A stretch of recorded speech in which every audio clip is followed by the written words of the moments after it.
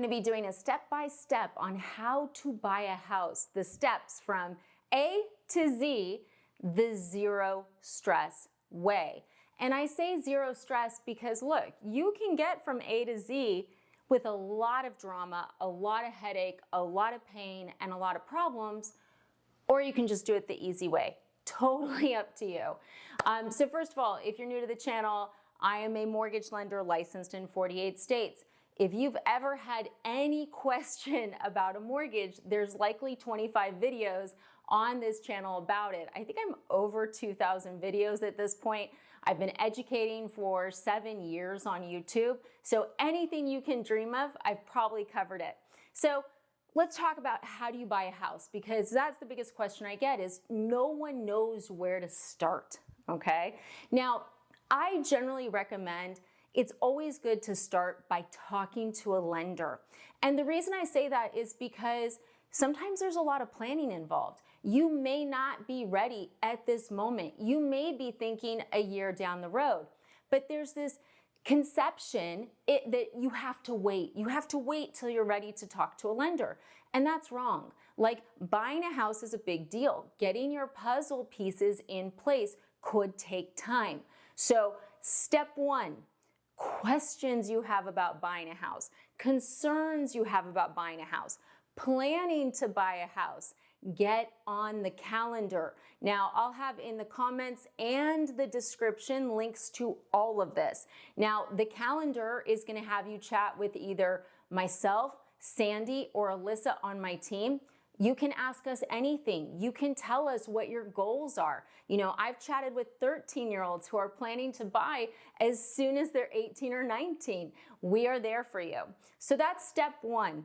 Now, you may be like, I just want to apply. You can do that, but sometimes it's good to just have that conversation and say what your goals are so that we can be like, okay, this works, this doesn't, yeah, let's do this, let's do that. When you fill out the application, think about this. It's a good step, okay? You don't want to, sometimes I'll hear, well, I just applied with like 20 lenders. And I'm like, why? Like, have a good conversation. You know, you want to go in this with your mindset on the direction, okay? So number one, no matter what the timeline is, get on the calendar, have that conversation, cover everything you're potentially concerned about, cover, you know, if you need to plan, if you want to plan, all of your goals, etc., because that will help us help you. And that's part of removing the first layer of stress. You know, filling out a bunch of applications with lenders you don't really know, seeing what comes back, that's stressful. You don't know what their timeline's going to be. You don't know what to expect. This takes away some of that stress because you'll know what to expect given your unique situation. That's step one. Okay, step two. Well, guys, if everything's good on that, you're either going one or two directions. You're either in planning mode still and you're putting together those puzzle pieces, which is great, or you are applying. Now, if you're applying, you'd be applying with our digital mortgage. I'll have a link to that as well. Now, what's going to happen is after you apply, my team is going to clean up your application. It's not instant. And I'm going to tell you right now, whenever you see those ads that say instant pre-approval, it's like instant soup. Is instant soup the same as good homemade soup that your grandma made? No, you could die from instant soup. Seriously, the ramen stuff's scary. But no, it's not the same. And when it comes to money and lending, it's problematic because the instant pre-approvals are based on the data that you put in. The way that actual lenders look at your income and everything else, it's very different. So I would not trust an instant approval in a zillion, trillion, billion years. Also, you can get denied when you shouldn't be that way. You know, it's really funny. A while ago, before our digital app was really like perfected, I filled it out and I misread something. It wasn't clear enough. I would have gotten declined if someone hadn't looked at the application. Basically me going, wait, what? This came over like this? So really be hesitant with that. Okay, so you filled out the application. My team's cleaning out the application for you. They're gonna request documents, okay? The reason we request documents, your W-2, pay stubs. If you're self-employed, we're gonna want those tax returns. It might be 1 year, it might be 2 years. It will depend on the loan program and how long you've been self-employed.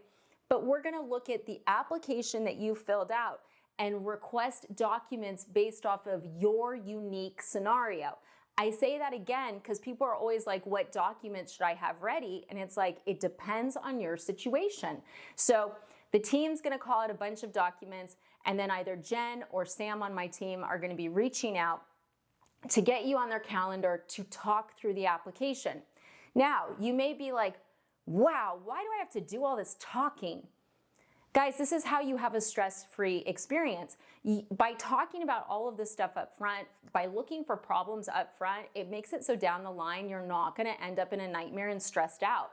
By doing these steps and taking the time, it will make it so that you do not have stress down the line, and that's the goal.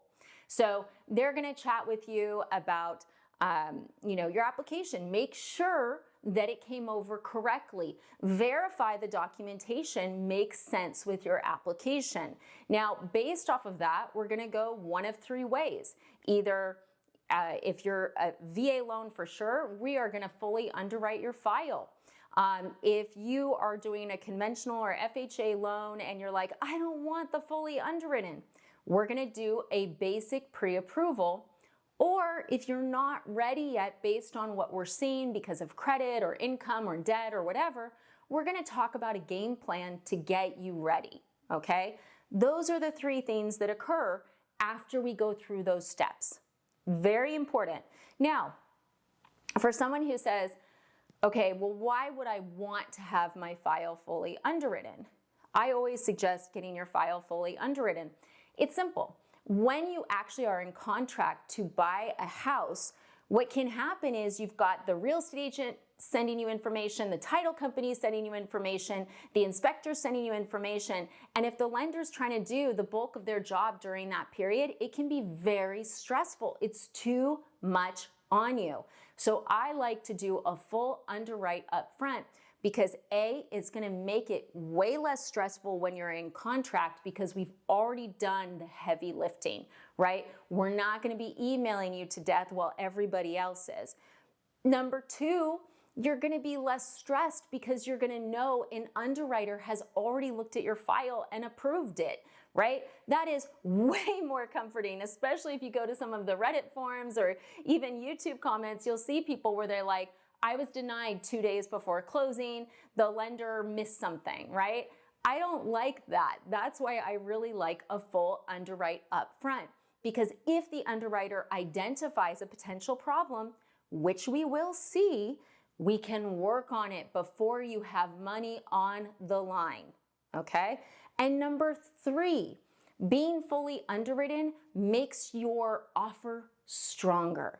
If you're writing an offer on a house and I, the lender, can call the listing agent and say, hey, yeah, they're fully underwritten by a real human underwriter. I don't have any conditions. I just need the title work and the appraisal to close. Let's go. That sounds way better than if a lender sends some garbage instant approval, or if they go, yeah, we saw like Paystubs.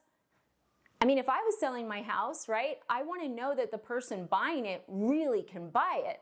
And if someone's been fully underwritten, that is as close as you can get to cash. So that is why I like the full underwrite. I do find that buyers who go through the full underwrite process with us are less stressed. And that's the point of all of this. If you want to have a stressful, super stressful transaction, I am not the best lender for you because I'm going to be trying to figure out what we need to do to avoid that. But it is doing a lot of work up front, which sometimes people don't want to do. They want to find the house and then do the work, whereas we're doing the work and then finding the house. Okay, full underwrite. Pre-approval. So the pre-approval would be if you don't want a full underwrite, we're always going to verify your documents. I will not do a pre-qualification at this point in my career. So what does that mean? A pre-qualification is garbage. It's someone saying, yeah, based on what you put in, it looks good. I'm not going to do that for a variety of reasons. Number 1, it's not accurate. Number 2, I'm putting my name out there saying you're good without verifying stuff. And number 3, I'm letting you risk money without verifying stuff. No way. No. So I do not do pre-qualifications. I do fully underwritten, sorry, allergies always, fully underwritten pre-approvals or pre-approvals. That's it. No pre-qualifications. Now, if you're like, well, I don't want to do any work, I just want to go get a house. Great, best of luck. Like, there's lots of lenders that will do very little work on your behalf and give you a letter, but if you lose your money, that's on you, because you didn't work with a lender that was actually requiring you to give them documents to verify your information. And as someone who compares the documents to the application, it is a different world. I can't stress it enough. I can't stress it enough. Okay, and then we talked about third, like, look, if your credit score is not where it needs to be, we probably wouldn't ask for docs at that moment. You know, if you're like a 500, 510, we're gonna immediately be reaching out saying, hey, this is what we saw on your credit. You know, here's a suggestion if you want to work with a credit repair specialist. I do have someone I've been recommending for 12 years, never get any kickbacks, nothing weird like that, and they're legit. But at the same point, you can also go on YouTube and find a lot of great videos about credit repair. So it's whatever you're comfortable with. If for some reason we can't do the loan for a different reason, we talk to you about that. And sometimes it's not a decline, it's a changing of expectations. You know, maybe you wanted 800, but when we look at your file, it's looking like it's gonna be more like 400, but let's get the documents and see where that puts us, and then it's up to you, okay? Great. So step one was getting all your questions answered and doing any planning. Step two was filling out the application and either getting fully underwritten, pre-approved, or if you're not ready to move ahead based on what we're seeing, a game plan. Now what? Okay, so once you're fully underwritten, the way that my team works is you end up on my calendar and we spend 20 to 40 minutes, sometimes longer, sometimes shorter. It depends on the client. Some people really, they just are like, give me the numbers, get out. And I'm like, okay. But other times, like, we really get into it because I want to make sure that you guys are thinking about everything. And that's what makes me different as a lender is I'm looking for, like, is there a problem? You know, if someone's telling me, hey, yeah, I'm looking in North Carolina, I've always dreamed of living in Atlanta, I'm going to be the person saying, wait, why are we buying in North Carolina, right? Very unusual for a lender, but it's stuff to think about. You know, I'm going to be looking at the numbers with you, making sure you're comfortable with the payment, going through closing costs, explaining what every single part is, okay? And what to watch out for, you know, homeowners insurance, my goodness, there's so much. So I think that's really important because it's setting the expectation for the rest of the transaction. You are going into buying a house knowing what to expect with a ballpark number, right? Now what? Now you get a real estate agent. Yeah, and look, if there's someone that you're like, I really want to work with this person, cool. We always want to reach out to them. We want to talk to them. We want to make sure that, like, their goals align with yours, that they're going to work for you. We also will look up their production to make sure they're actually selling houses, because sometimes people are like, hey, I think I'm going to work with this person my friend suggested them. And I'm like, hey, they sold one house in the last 3 years. Are you comfortable with that? You know, and if they are, great. If they're not, cool. We are happy to help. I actually have a gal named Wendy on my team. Her whole job is researching agents. So if there's a real estate agent that we've worked with before that we thought was great and really stood behind the consumer, and, you know, it's someone that we would work with, we'll recommend that person. If there's no one in the area that you're in that we've worked with before, then at that point, Wendy does her research. So she's looking at production data, but she's also looking at reviews. And then based on what she finds, she reaches out, she has a conversation. If she gets the right vibe from them, then Dee Dee on my team reaches out to get them on my calendar. And then I talk to them. Sounds like another big process. Yeah, but here's the thing.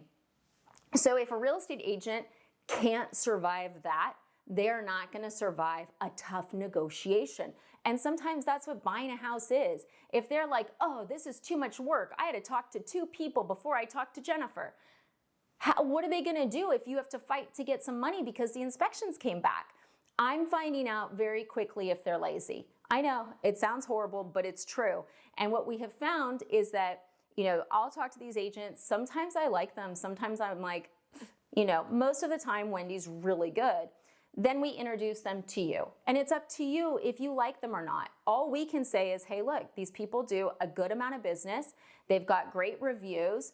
They're worth speaking to. Because finding an agent can be really hard because you don't know where to look or what to look for. Whereas we've been doing this for so long that we know what to look for. Okay. 2 important things. Number 1, I do not take kickbacks from real estate agents. I do not tell them that if I send them a client, they have to use me. None of that. All I'm looking for is good real estate agents that will take care of you. And the reason's this, I'll be dead honest. 2020, we lost so much business because people were picking out agents that had no experience and were guiding them improperly. In markets like Houston, I would have it where 2 buyers qualified, same price point. One would find a house in a week or 2 weeks. The other never found a house. Why? The quality of agent they were working with. So as part of removing the stress, and that's the thing, this is another stress situation. If you have a real estate agent that doesn't want to work for you, that doesn't really know the market, they don't know what's going on with pricing, they don't know what's going on with housing, they're lazy, that's going to be stressful for you as a buyer. It's going to be very stressful. So this is another way that we are trying to relieve stress, okay? Period. So, okay, I know it's a long video, guys, but I said step by step. 1, you're going to get your questions answered. 2, when you're ready, you're going to get pre-approved. You're either going to get fully underwritten, pre-approved, or a game plan. Once you're fully underwritten, you're going to be spending some time with me on the phone. Now, if you go for just the basic pre-approval, sometimes we chat, sometimes, we don't chat until a little bit later. So if you really want to have that conversation, I do urge you to do the full underwrite. And part of my conversations going through what the underwriter said, it doesn't cost money, okay? The only thing coming down the pipeline that will cost money is for a full underwrite, guaranteed rate, we have to do a hard credit pull for a full underwrite. VA, we're not going to be charging upfront for that. Everything else we are, which will be $25 a person. But here's the thing, if you're like, oh, I don't want to pay $25 to get fully underwritten and have a hard credit pull, because that's what it's for. It's for the hard credit pull. I mean, how serious are you really? That's my opinion on it. Okay, so you got fully underwritten, fantastic. And now you've got an agent, either an agent that you selected, that you're confident with, that we checked out, they do business, you love them, fantastic, or an agent because you're like, I don't know, that we found and you like them. And if you don't like the first one, Wendy will find another one, right? That's the thing. Okay, great. Now what?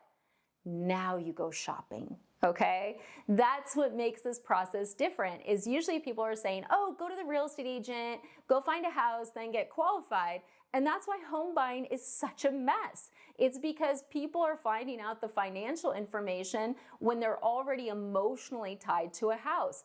We're doing all the financial stuff up front because I want you guys to be emotionally tied to a payment before you find that house, because it's gonna keep you at a level you're comfortable. That's the ticket. Okay, so you go shopping with the real estate agent, fantastic. You're gonna write an offer, great. It depends on the situation. So some agents want us to do a letter, a pre-approval letter that's specific to the amount that you're offering. Some don't want an amount on the letter. Some want something higher. Some just take whatever letter they have. It depends on the agent how the pre-approval letter is given to the seller. Also, some agents, the ones I work with a lot, generally would like me to call the listing agent just so that A, they know that you have a lender that knows who you are, is responsive, has already fully underwritten you. And my job at that point really is to make the listing agent feel comfortable that this is gonna close and their seller's gonna end up selling their house and they're gonna get a paycheck and there's not gonna be drama. Okay, so great, your offer's been accepted, fantastic. Okay, Now what? Well, we already fully underwrote you. So that makes this very easy. Once we have the contract, myself or my team are going to be reaching out to talk about rates. We always do that day one. The reason we do that day one is we want to give you the ability to lock the rate. We'll talk about if you want to buy it down. We go through all of that. We'll even share our rate sheets. Like, I have nothing to hide, seriously. And you can lock or you can wait. It's up to you. But one of the biggest reasons people end up stressed out and mad about buying a house is the lender never has that conversation about locking the rate. And they get all the way towards closing, and then all of a sudden the rate's way higher than they expected, the payment's higher than they expected. No one talked to them about the payment, and they're either mad and canceling or mad and miserable. I don't want any of that, right? That's why we went through the payment and what to expect before you even bought a house. Okay, and we continue to go through that stuff. You know, we want to make sure you guys are educated and informed and empowered. So day one, I generally want to order the appraisal. The reason I want to order the appraisal day one is it eliminates stress again. One of the other issues you have, right? We already covered that we're going to talk about rates and locking because that's a stressor. The other is an appraisal coming in late. An appraisal will come in late if the lender doesn't order it early. Some lenders wait till they have loan approval. This is once you're in contract. They didn't do anything up front. Now they're going to make you wait to even order that appraisal. It's risky. It's risky because contracts are going to have a specific time you have to have the appraisal back by. And if you cannot sign off on the appraisal being in and at value, the seller in many cases has the right to cancel your contract. So depending on the state you're in, depending on how the contract was negotiated, you can have real penalties if that appraisal doesn't come in on time. And appraisals aren't like that, right? If it's a VA loan, it's going to be, 7 to 10 business days. Can't even rush it. FHA and conventional, I can rush it, but it depends on where you are in the country. If you're in a major metropolitan area, I can probably get it back within 5 days, sometimes 2. If you're in a rural area, a rush may be 22 days. So it depends. And that's why I like to do that day one. Now, the only time I wouldn't do it day one is if you were worried about the condition of the house. If you're worried about the condition of the house, I would be urging you with your real estate agent to get your inspections as quickly as possible. Now, I'm not going into a bunch of the stuff that the real estate agent does because if you guys are following my zero stress method, you're already working with a good agent that's going to be walking you through what to expect with inspections and the timeline of inspections, okay? So we order the appraisal. The file goes back to underwriting, and sometimes people are like, oh my gosh, why is it going back? I was already underwritten. The underwriter has to read the prelim, right, which is part of the title. The underwriter is going to review the appraisal, and if your pre-approval is a couple months old, we will need updated pay stubs and bank statements. Nothing to stress out about, okay? And here's the thing. My team is very, very proactive. Beyond myself, I've got my assistants, Jen, Sam, these aren't normal assistants. These gals are licensed in 20 plus states each. Jen's been a loan officer for 20 years. Sam's been a loan officer since she got out of college about 8 years ago, and she's been with me the whole time. So you have this incredibly experienced team that's going to hold your hand the whole way, as much as you want. Some people have a lot of questions. Some people just want to close their eyes and have it be over with. We can do it both ways as long as the steps up front are handled. Okay, so appraisal comes back, great. Everything else is good. You got your inspections. Your real estate agent did their job if there are any negotiations. Everything's on track. Great. When do we close? So your contract's going to have a closing date. In many cases, we can close sooner. So if you're like, gosh, the house is empty, I would love to close sooner, always good to let us know so that we can try to meet that expectation for you. I also have a gentleman named CJ. CJ runs the entire back end of my process. And the reason he does that is, once again, to alleviate stress. Even if we do everything like clockwork, being a first-time home buyer, you can have anxiety, and it can be a lot. And CJ is someone who's always been able to talk me down, because I am definitely one of those buyers where the sky is always falling. I do this for a living. I'm so dramatic with my own transactions. I can't control them and I can't use my team. So I'm like, and that's how I met CJ years ago, is he was on someone else's team and he was just, I felt so good. And I was like, gosh, I want my clients to feel this good. So if you're like, wow, Jen, this sounds really good, but I know I'm still gonna be stressed, don't worry, I got you covered. I got CJ for you. Also, CJ is the man, because here's the thing, as much as I can do to make this so the documents and everything is handled, sometimes the transaction is going to be bumpy. The appraisal may come in low. There may be repairs that are required by the appraiser.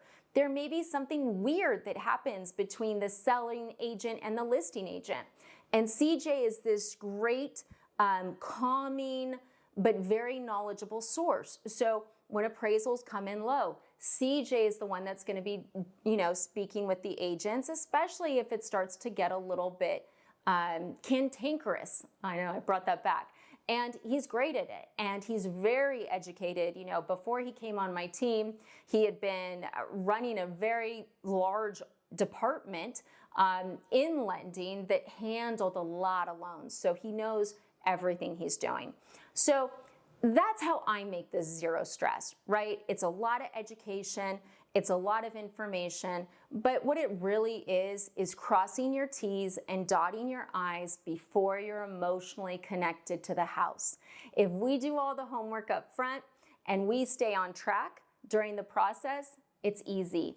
If you guys, call some random call center, apply with 50 lenders, just kind of shoot an arrow into the sky, it can be stressful. If when you're picking out an agent, you're like, oh, I met someone nice at the bus stop. Their picture was on there. I'm sure they're great. Their picture's on a bus stop. Did you do any research? We try to take away all of that pain. So that is how you buy a house, the zero stress way. Questions, comments, as always, reach out. And guys, get on the calendar. Like, if you go through my YouTube comments over the years, you'll see so many people who are like, I talked to Sandy for 3 years. I talked to Alyssa for 5 years. I finally got a house. Love Sandy, love Alyssa. Different personalities for sure. Alyssa's more blunt. Sandy's a sweetheart, but they both really care. And I care about you getting to the finish line as zero stress as possible. Thanks for watching.